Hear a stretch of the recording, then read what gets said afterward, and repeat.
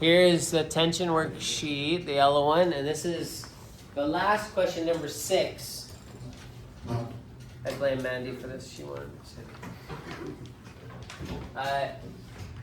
This one's a little different now, right?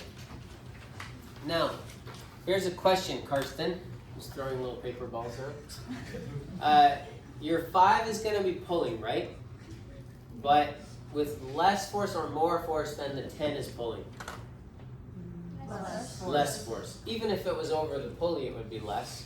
It would be 50 and 10, right?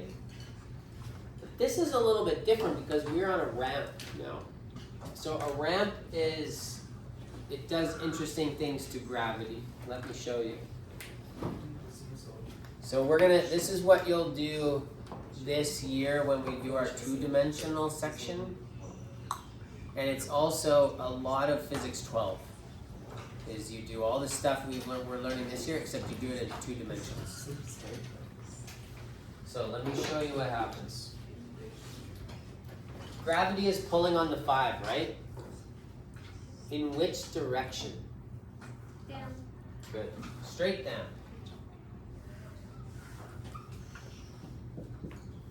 That's Fg. There's another force acting on this. What is it? Weight. This is the weight. No, this weight. I don't know what that is, but Wait. That's It it. has to be shown. Force apply. Hiroshi, what you're doing is Tension. you're inventing a force. Tension. No, really, it's a thing. We do it. It happens all the time in university. People make these crazy big diagrams, and everything, and then you look at it and you go, "Oh yeah, you just invented that one. That's not real." But I know what you're saying, and it's correct.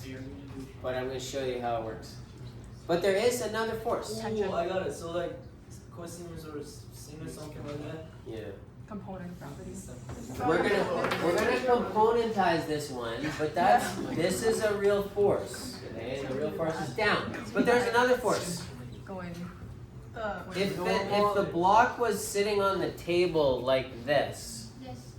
you'd have gravity down, and what else would you have? Abnormal. Normal up, right? When the ramp changes direction, that normal force up also changes direction. Yeah. The normal force stays perpendicular to the surface. Say what I just said to the person beside you. The normal force is perpendicular. It was on the quiz. It was on the quiz that I put every on. Did you get that one? Yes. No, I got it right. What did you get right? I got a bonus because I forgot to add a direction to my sheet. Let me ask you a question. When this mass moves down or up the ramp, Down. Wait, what? That wasn't the question. that wasn't the question. But when it moves on the ramp, is it going to crash through the ramp or fly up into the air? No, it's Go going down down the the ramp. ramp. I think it's going to go up the ramp, don't you think? Oh yeah, Because because that way. No, because the ramp is going down. No, the ramp. Oh, yeah, if I cut the string, it'll go down. Yeah. Oh. What? But it's being pulled upwards too. But If G is equals to Fn. no, not exactly. What's the question? Wait, So this, oh my god, it's like diagram. this is a component of gravity. So a force is a vector, right? And you can have, if this is your vector, let's say this is a plane flying in the air. You can separate this vector into any number of vectors you want. You can say, well, this is the sum of this plus that, plus that, plus that, plus this. That would be true. I don't know why you would want to do that. It would be crazy and a lot of work. But you could do it. Just like if this is 14, there's different numbers that you can get to equal 14, right? Like you can say 7 plus 7 is 14. Or you can say 11 plus 3 is 14. Or you can say 10 plus 4 is 14. Yes? It doesn't matter, they all add 14. With vectors, I can start here and end here any way I want to. It's like, remember the guy walking the dog? And the dog goes here and there and everything. But if you both end up at the park, the displacement is the same. Do you understand? We do it this way because this component of gravity and Fn are equal. They have to be. If they weren't, this would fall through the ramp or fly into the air. So these two have to be equal. What is left is what Kurosh was talking about. This component of gravity, and that's why we break it up this way. This is the downhill part of gravity. This is why things move downhill. It's not because there's a force actually pulling that way down the hill. Gravity's pulling straight down. But this component of gravity, which I call Fgx, and I call this one Fgy, this is the downhill component of gravity. Okay, so how do you do that? I'm going to give you the quick version. This angle here, this 60 degrees, is that angle. It's the same. If you think about it, you can prove it to yourself. But I won't do it right now. This side, the vertical side, is equal to Fg times the cos of theta. Okay. That's this side. So if you're wondering what is the normal force, it's equal to that. You don't need that for this problem. We want this force. That force, Fgx, is equal to Fg, what do you think? Sine of theta, very good. It's the sine of theta because this is opposite to the angle. So if you do your trig, you'll find out that's true. And this one is adjacent to the angle, so that's why this one is true. You can work it out with your trig later on. This is the one we need right here. So we calculate that. This Fg should be around 50, right? Because 5 times 10 is 50. So this down one is 50. So we have to do 50 times the sine of 60 degrees.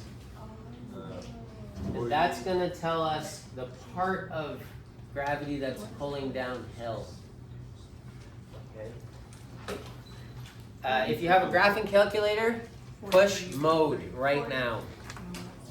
And when we got that, it's basically The rest is easy, right? it's like the Just like this. Yeah. no, like the system that is like Yeah. 6, 7. It's like the 6, 7 here. Now you got me on video, man. If we do 50 times the sine of 60, you should get about 43.3. Oh yeah, press mode. The default mode for a graphing calculator is radians. You should be in degrees. So you might have to go down to radians and change it over to degrees. Otherwise you get some funky answers. Charlie. If you don't have a graphing calculator, it depends. It might be in degrees, but sometimes it says in little letters at the top, rad or grad or deg. You want it to be in deg. And there's a button that says DRG. Sometimes you have to push it. It's different for every calculator. Check with your graphing calculator. This should be about 43. Okay. So see you, Parmita. Good luck. Wait, this way? Yeah. It's in degrees. Is that Yep, that's what you should be. As long as you get this, as long as this is right, then you should be okay with your calculator. Okay, so once you get this, then none of this stuff matters anymore. You don't need any of this. And you just go like this. And this force is 43. And that's it. And you forget about everything else. This one is 100, right? And so after this part, everything else is the same as the other problems we've done. You just treat it as if it's a 43 and a 100, and you find the net force, and you get the acceleration, you find the tension, and that's it. It's exactly the same as the other ones. Exactly the same as two masses like this. You just have to do a little bit of trigonometry in the beginning to find the downhill component of gravity. Makes sense, kind of, sort of? Yeah. Should we find the answer? Yeah. Yeah? No. Which 50? I'll do it real quick. Oh, because 50 is look. the length. No, 50 because look, this is 5. Remember 5 times 50? The net force of the system would be 77. If we divide that by 15,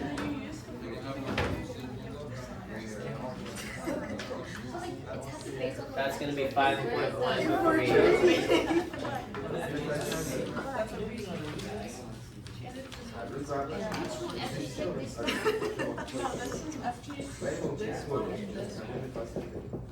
Wait, you're on now. What happened with FG? Who's zero sign? That's depend on the thing that you find in, right? So this FG is still line going down. She's always down. So FG is, so this line is like 50. So where's your... Wait, where'd you get 77? That's going to be 100. 77? Wait, just the page. 8, yeah? Where'd you get 77? 100 minus 43. Oh, 100 minus 43 that's is super wrong. 57. Wait, what? 57. I was doing it Oh. way too fast. Sorry. Thank you, Lloyd. 57, right? Yeah. Ah, shoot. Sorry. Now I'm on video making a mistake. Sorry. This is 57 because it's 100 plus negative 43. It's 57, which is why you should slow down like Chloe did. But this part is the same. So you're going to have 57 minus 100. And that's going to equal 43. Funny. That's a coincidence that this is the same as that. That doesn't make sense. Isn't it, I mean, shouldn't it be like 50 plus 47? 43? See, I'm making all Because kinds it's of gonna be mistakes. like a normal system right now. So 50 plus 47, and the other way is gonna be 100. Oh, this is not 57. This is 10 times 5.13. So this is 51.3. Sorry, I'm rushing, I'm going too fast. We needed the net force on the 10. This is the net force on the system. And this is wrong too now. Okay, go way back. This is the net force on the system. I Yeah. have to divide by the total mass, which is 15. That's going to be like 3.6 or something. 3.8. 3.8, yeah. So this is my acceleration. So that means to get this, you have to do 10 times 3.8, which is 38, minus 100, which is not 43. And that's going to be negative 62, right? Did I do that right now? Okay. That's the FT right here. And then to prove it to ourselves, just because I'm rushing, I should probably prove it to myself. I'm going to do the Fnet now on the 5. I'll subtract the gravity, the FGX, over. Start with. So this is going to be 5 times 3.8. Which is going to be 15 and 4, so 19. Is that right? Yeah, 19 minus the gravity here, but this is going to be negative because everything positive is this way and everything this way is negative. So that's minus negative 43.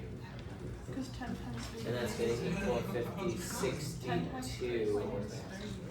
No, like what we managed. Because 100 is FG over there.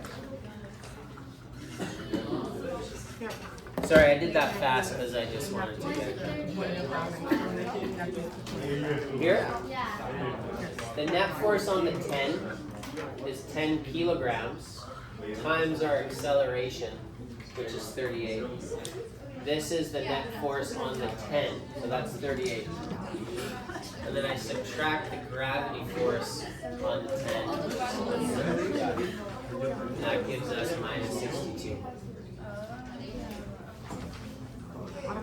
with friction. That's fine. I don't want to do it with friction. Doing it with friction's like more stuff. It's just more. More stuff. Yeah, of course.